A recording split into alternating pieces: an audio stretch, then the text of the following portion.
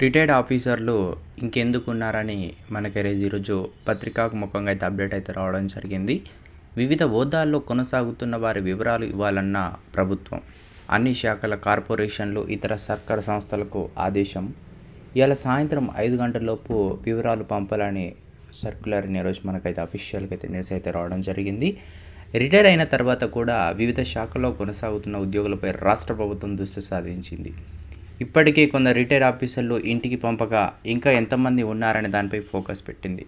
ఇందులో భాగంగా వివిధ శాఖల్లో పనిచేస్తున్న రిటైర్ ఉద్యోగులు వారి వివరాలు అందజేయాలని ఆదేశాలు అయితే జారీ చేసింది.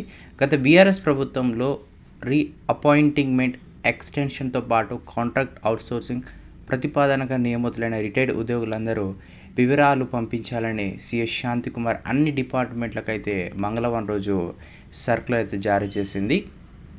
తెలంగాణ రాష్ట్రంలో గత ప్రభుత్వంలో నియమించిన ఈ యొక్క అవుట్సోర్సింగ్ అండ్ మిగతా ఎవరైతే రిటైర్డ్ ఆఫీసర్లుగా రాణిస్తున్నారో ఇంకా వీళ్ళు ఎందుకు ఉన్నారని కాంగ్రెస్ ప్రభుత్వం అయితే ప్రశ్నిస్తుంది.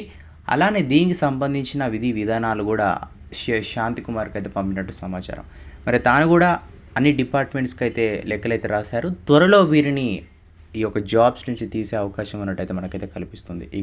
ఇక్కడ మెయిన్ ఏంటనేది చూస్తాను, రిటైర్డ్ ఆఫీసర్లు ఇంకెందుకున్నారనేది చాలా చర్చనీయంగా అయితే మారింది. సో వివిధ హోదాల్లో కొనసాగుతున్న వారి వివరాలు ఇవ్వాలన్న ప్రభుత్వం అన్ని శాఖల కార్పొరేషన్లు, ఇతర సర్కారు సంస్థలకు ఆదేశం ఇచ్చినట్టు మనకైతే అఫీషియల్గా అయితే న్యూస్ అయితే రావడం జరిగింది. ఇవాళ 5 వివరాలు అంటే ఇవాళ ఒక్కరోజులోపే వివరాలన్నీ పంపించాలని కూడా సిఎస్ శాంతికుమారి ఆదేశించినట్లు మనకైతే సమాచారం అయితే రావడం జరిగింది. సో ఎవరైతే అవుట్సోర్సింగ్లో చేస్తున్నారో వీళ్ళందరూ అయితే జాబులు తీసేసే ఛాన్స్ ఉందని మనకైతే కనిపిస్తుంది.